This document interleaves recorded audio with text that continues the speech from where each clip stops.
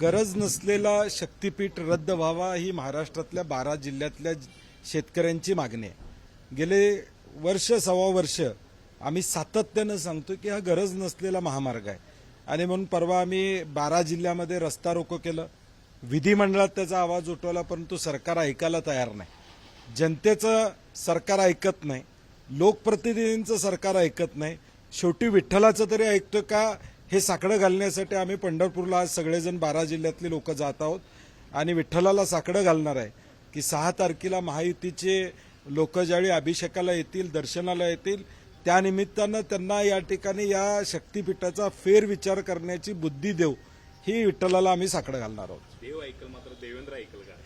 आता देवांच्या माध्यमातून, विठ्ठलाच्या माध्यमातून मुख्यमंत्र्यांनी ऐकावं ही आमची अपेक्षा आहे। शेवटी आज जनता एवढ्या ताकदीनं रस्त्यावर उतरते, हे राजकीय आंदोलन नाही आहे, किंबहुना हे शेतकऱ्यांचं आंदोलन आहे। ह्याला राजकीय कलर न देता मुख्यमंत्र्यांनी हिंदी भाषेच्या संदर्भात जसं 2 पावलं मागे जाण्याची भूमिका घेतली, तसं यात सुद्धा घेतली तर हरकत नाही। मला वाटतंय शेतकऱ्यांचा हिताचा निर्णय घेतला तर आपली माघार होत्या असं सरकारनं समजू नये। चांगला निर्णय घेताना कधी कधी मागं यावं लागतं, तर ते मागं येण्याचं काम महायुती सरकारनं आणि मुख्यमंत्र्यांनी करावं अशी आमची अपेक्षा असते। या सगळ्या महामार्गाला कोल्हापुरातूनच विरोध आहे असं सांगितलं जात होतं, मात्र ज्या पद्धतीनं रास्ता रोको 12ही जिल्ह्यामध्ये झाला, त्यानंतर गुन्हे दाखल केले गेलेले आहेत। कोल्हापूरच्या अनेक ठिकाणी हे गुन्हे दाखल केले गेले, कसं बघता एकूणच ज्या पद्धतीने ही आता कारवाई? सिंधुदुर्ग बसून अगदी वर्ध्यापर्यंत, यवतमाळपर्यंत, परभणी असू दे, धाराशिव असू दे, सोलापूर असू दे, सांगली असू दे, या सगळ्या जिल्ह्यांमध्ये रस्ता रोको झाला। अगदी सिंधुदुर्ग बसून देखील हा रस्ता रोको त्या ठिकाणी झालेला आणि म्हणून शेतकऱ्यांचा विरोध आहे। आता तरी डोळे उघडावेत सरकारनं, आता तरी अट्टास का करावा? आधीच सरकार कर्जाच्या खाईत आहे। 50,000च्या वर पुरवण्या मागण्या या ठिकाणी गेलेल्या आहेत।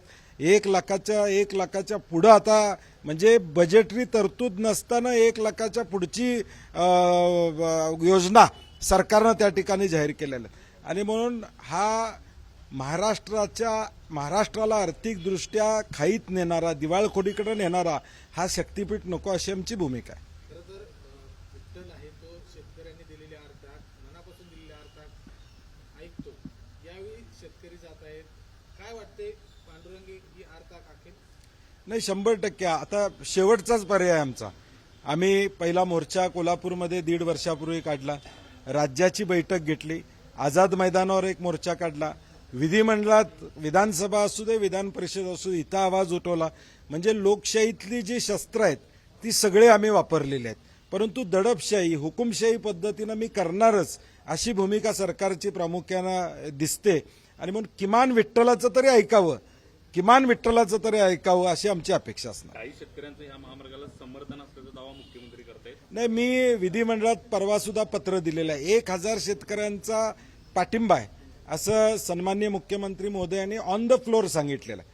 आम्हाला ते 1000 शेतकऱ्यांची नावं द्या, जाहीर होऊ देत नावं। 1000 शेतकरी कोण आहेत हे तर लोकांना कळू दे, म्हणजे आम्हाला सुद्धा कळलं आमच्याबरोबर असणारे शेतकरी नेमकं कोण आहेत। ज्यांच्या जमिनी जाणार आहेत ते आमच्याबरोबर आहेत, ज्यांच्या जमिनी जाणार नाहीत त्यांनी सह्या केल्या असतील तर त्याला काय अर्थ असणार नाही।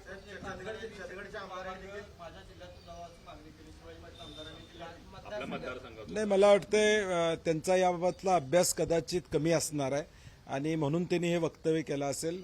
चंदगडमधून खाली जोडणारा रस्ता बेळगाव मार्गे जो येतो तो चौपदरीकरण करण्याचं धोरण त्यांनी त्या ठिकाणी स्वीकारावं आणि गरजेचं नसलेलं उगाच राजकीय दृष्ट्या मी त्यात आहोत हे दाखवण्यासाठी आमदार महोदयांनी कुठलंही पाऊल उचलू नये अशी माझी त्यांना विनंती आहे। आजच्या या साकडे घालण्याच्या आंदोलनाला कोण नेते सहभागी होत आहेत आणि शेतकऱ्यांना काय आवाहन करताय? नाही, राजू शेट्टी आणि आम्ही त्या दिवशी जाहीर केलं की आम्ही विठ्ठलाला साकडं घालू।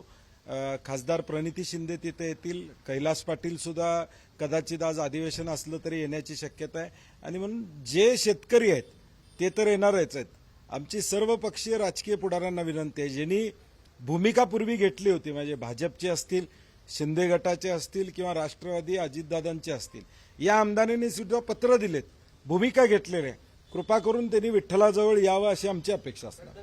पावसाळी आता अधिवेशन सुरू आहे, कशा पद्धतीनं महायुती सरकारचं म्हणजे विरोधकांच्या बद्दल दिसते? कारण बबनराव लोणीकरांनी खूप माफीचा विषय आला, त्यातून